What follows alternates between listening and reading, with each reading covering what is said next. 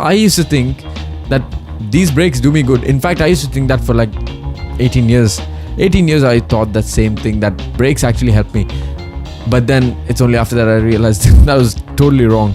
You know, when you've had a very tiring day at office or at school and then you come back, then you're on Instagram immediately. Then you start scrolling, right? Pointlessly, from reel to reel, post to post, liking this, liking that, sharing this, sharing that.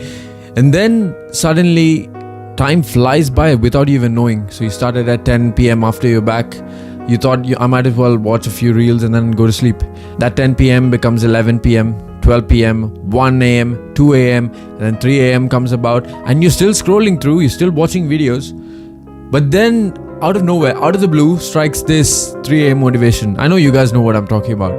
But out of nowhere, there's this surge of motivation that comes where it's like clarity comes to you in that 1 second. Where you feel, I've wasted all this time. The whole day was wasted. I didn't do anything productive. So I have to make sure that tomorrow, whatever happens, I'm going to make it productive exactly like I have planned. So what do? You start coming up with a plan. I'm going to do this, I'm going to do that. And then you start planning out tasks and what times you're going to do these tasks. And then eventually, at 4 a.m., you fall asleep. And once you wake up, you're on your routine and you want to get started with what you have to do. And then maybe for 2 hours, you could actually do it exactly what you had planned. Then you feel, oh shit, I'm actually doing exactly what I'd planned. But then another hour passes by and slowly you can see that concentration's waning. And then lunch break comes by. You go grab lunch. And then after that, that streak is broken. Now you're like, how can I go back to it? Right? All these 4 hours was good. And now when you go back, you'd sit another hour. And after that 1 hour, it's like there's this drain in your brain where it's like, I can't continue anymore. I'm done. I'm finished. And your brain just won't cooperate with you after that. Right? So you guys have had this. Now, why is that? And that's the whole point of this video. Here, I'm going to discuss exactly what it is and why some people feel this. Not even some people. Every single person feels this. And what we can do to maybe improve our situation. So let's head into the video right now. And just through that example, you know exactly what the problem is. Why you don't focus as well is because you didn't take breaks as regularly as you needed to. Basically, you studied for 4 hours, which is probably too long for the human brain to concentrate. Because the average human brain probably can concentrate for, as far as I know, less than an hour. For some people, it's probably 1.5 hours, but definitely not 4 hours. So expecting your brain to work very separately to how normal brains work is probably naive. So you have to understand how your brain works. If it can't be taking in information for 2 or 3 hours in a row, then what do you think is a solution? I'll give you a second to think about it. If you figure it out, well, you need to be taking more breaks, regular breaks. So let's talk about my case. I can't be concentrating on one particular thing for probably more than 30 to 45 minutes. So what I plan is, I take 45 minutes, then I probably take like a 10 to 15 minute break where I just walk around the place, wherever I am, whether it's in university or whether it's at home, I just walk around the place. And that way I distract myself, right? So then I'm not focusing on that thing in particular. Now you might be asking, how does that relate to today's video? Well, it's pretty simple. So the example that we took here was about a particular day and studying for 1 day. Now expand the horizon a bit and you're going to see one whole week. Now let's say that you're on your self-improvement journey and you're trying to improve yourself. You're trying to do the things that you need to do.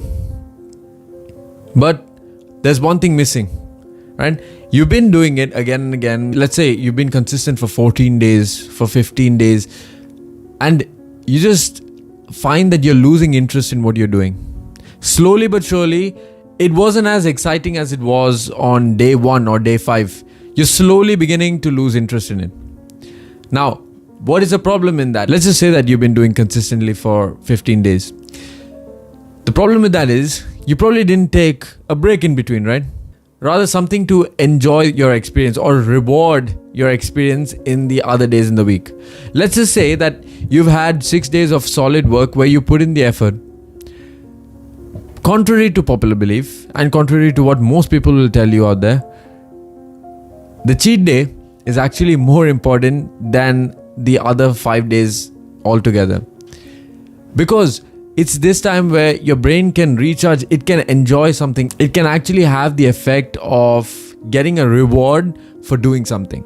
And that is very essential to the brain, because as we all know what dopamine receptors do, right? When you're rewarded with something, it feels, I need that feeling again. So I need to chase after that. Now, what's the one way that you've taught your brain that you're going to get this dopamine feeling? Well, if you do work for 6 days, you're going to get rewarded on the 7th day. So if you can set that precedent down, then your brain automatically becomes accustomed to the system. Then it feels, that is all I have to do, right? If I can work for 6 days, I'm going to get that reward on the 7th day. That feel-good factor. And that's what we all want. Because we are not robots. So we cannot function like robots. So we can't expect that we can be working in a flow without having breaks in between. So if people tell you that you don't need a break in between, that you need to be working 24/7 every single day, truly they're wrong. Because it's these few days when you recharge your mind and your body, and you're physically and mentally ready for whatever challenges face you afterwards. Now, what does this cheat day look like? Well, it actually is about relaxing yourself and letting yourself be who you want to be if you had no other pressure around you. But that does not mean that you relax completely. So parts of your routine still need to be there even on the cheat day. But it's not about letting your routine off, but rather enjoying something that you couldn't enjoy on a regular day. Now, let's say that you're trying to go on a diet and you're trying to be strict with that diet every single day. For 6 days, you managed to make sure that every single day you had a perfect diet and you never strayed away from that. So, as a reward, and so that you keep going back to that, you get yourself a hamburger if you want. You get yourself your favorite food, a pasta, a pizza, whatever you like on the 7th day. Because guess what? You deserved it. You earned it. So imagine that final junk food day, that's something that you earn, right? Because people feel that if you cheat on one day, that could harm your whole progress. Well, that's not true. In fact, if you were to go on and off with it, or if you're going to do 6 days and then one cheat day on the last day, you're probably better off doing the cheat day on the last day and then 6 days of actually good work. Same thing with, let's say, fitness. Maybe you're not a fan of fitness, but you start going to the gym, start going on runs, and you see that, okay, there's an improvement. But one day, well, you do need a rest day after all, because there's this thing with the gym as well. The rest day is as important as the days you work out, because the muscles need to relax. If you work out for 7 days, then that's actually detrimental to your progress. That's gonna make it worse. If you go to the gym every day, that's not good. So you need that day to recover. So you see, it's just not about your mental state alone. Even in your physical state, everything does require a rest day. Think about it. Why do we sleep in the first place? Why do we need sleep at all? It's so that the brain can recharge and process everything that's happened throughout the day and then eventually prepare you for the next day. Because otherwise we wouldn't have to sleep, right? We can keep working 24/7. We don't need to sleep. You don't need food. You don't need any of this, because when you think of it, biology and nature actually have the answers to you. Whenever you need some answers, go into nature and it will give you every single answer. So everything that you need has a rest day, because if it needs to work to the best of its ability, to 100% efficiency, you need a rest day in between. Because if you don't get that rest day in, it's gonna be like labored. So it's only when you get that break in between, that's when there's that reward factor behind it. And that's what makes that little voice in your head tell you every day, I like that feeling, I want it again, it's fun, let's go get it again. And that's what pushes you to do it again and again and again. You guys know that I always say there's no one way to do anything, because everybody has their own life experiences. So that shapes the way that their mentality is, the way that they react to certain things is. So we can never put down one formula for everybody. However, in this case, in my experience, I've seen that when it comes to inserting cheat days, in my case, it's pretty hard to continue the routine after that. So let's say that I've been trying to be consistent with one specific routine for 30 days. Now, let's say by 7 days, I actually set a rest day after that. I'm actually likely to break it. And I figured this out through many experiments that I've conducted on myself, that after 7 days, if I set a rest day, I'm probably going to fault very easy. Let's say even 14 days, probably the same thing. But let's say I wait for a month, right? So 1 month, no rest day, I keep doing it again and again and again. The likeliness that I'll fault is actually very less. In fact, I've never faulted if I've waited 30 days and then I put a rest day in. Then after that, it's a regularity. But till then, no rest days, nothing. Now, that is for me because I have very less self-control. So through that, I actually find it difficult to focus on things if I already have a break in between. Which is why even during studying, I don't take many breaks, because if I take many breaks, I'm probably going to lose focus and I'm probably not going to go back to it. So you have to find out what kind of a person you are. In fact, conduct your own experiments. Try to find out what kind of person you are. Because you'll find out you're probably not the person that you think you are. Because I used to think that these breaks do me good. In fact, I used to think that for like 18 years. 18 years I thought that same thing, that breaks actually help me. But then it's only after that I realized that was totally wrong. It's once you're in the field, that's when you understand how you react to certain things. It's like trying to run before you can walk. Because if you try to introduce something before you've done the fundamentals, if you've set the fundamentals in order, in that case, you're going to fault for sure. Think about it. Anything. A building needs its foundation. Without that foundation, the building's going to collapse and fall. So you need to set that foundation before you can build the building. Believe it or not, you're going to find out that once you start implementing your daily routine as you need to be doing it, you're going to see that a cheat day is actually going to help you way more. Now, why does a cheat day help you even more? It's because think of it like this light at the end of the tunnel, where there's some hope that you're looking forward to at the end. Just imagine a Saturday.